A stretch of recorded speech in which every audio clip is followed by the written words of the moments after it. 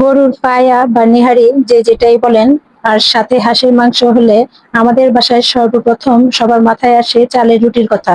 Hello everyone, আসসালামু আলাইকুম। সবাই কেমন আছেন? প্রতি বছরই আমাদের বাসায় কুরবানি ঈদ আসলে চালের রুটি তৈরি করে খাওয়া হয়। গরুর মাংস বা হাঁসের মাংস দিয়ে চালের রুটি আমার অনেক পছন্দের, বিশেষ করে আমার বাবার বেশি পছন্দ চালের রুটি। আমি যেহেতু কুরবানি ঈদ শ্বশুর বাড়িতে কাটিয়েছি, বাবার বাড়িতে ঈদ কাটাতে পারিনি, আসতে পারিনি, তাই আমার চালের রুটিও খাওয়া হয়নি।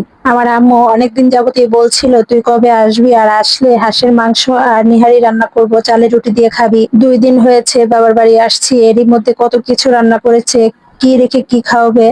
গতকালকে হাঁসের মাংস আর নিহারি রান্না করে রেখেছিল, আর আজ সকাল সকাল নাস্তায় চালের আটার রুটি বানানোর জন্য রেডি করে নিচ্ছি।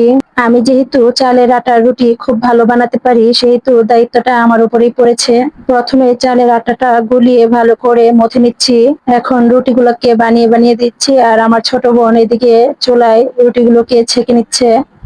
আলহামদুলিল্লাহ, আমরা বাবার বাড়িতে আসলে কোনো কাজই করতে হয় না, যদিও করি তা শখে। আমি যদিও বাবার বাড়ি নিয়ে গর্ব করি না বা অহংকার করি না। কিছু কিছু মেয়েরা আছে বাবার বাড়িতে ভাত পায় না, অথচ স্বামীর বাসায় গিয়ে 2টা টাকার মুখ দেখে অহংকারের কারণে মাটিতে পা পড়ে না, তাদের মুখের ভাষা এত নিচু পরিমাণে চলে যায়। যাক, বাদ দেন। চালের আটার রুটি একদিক দিয়ে বানাতে হয়, আরেক দিকে ছেঁকে নিতে হয়, না হলে একটা আরেকটার সাথে লেগে যাওয়ার সম্ভাবনা আছে।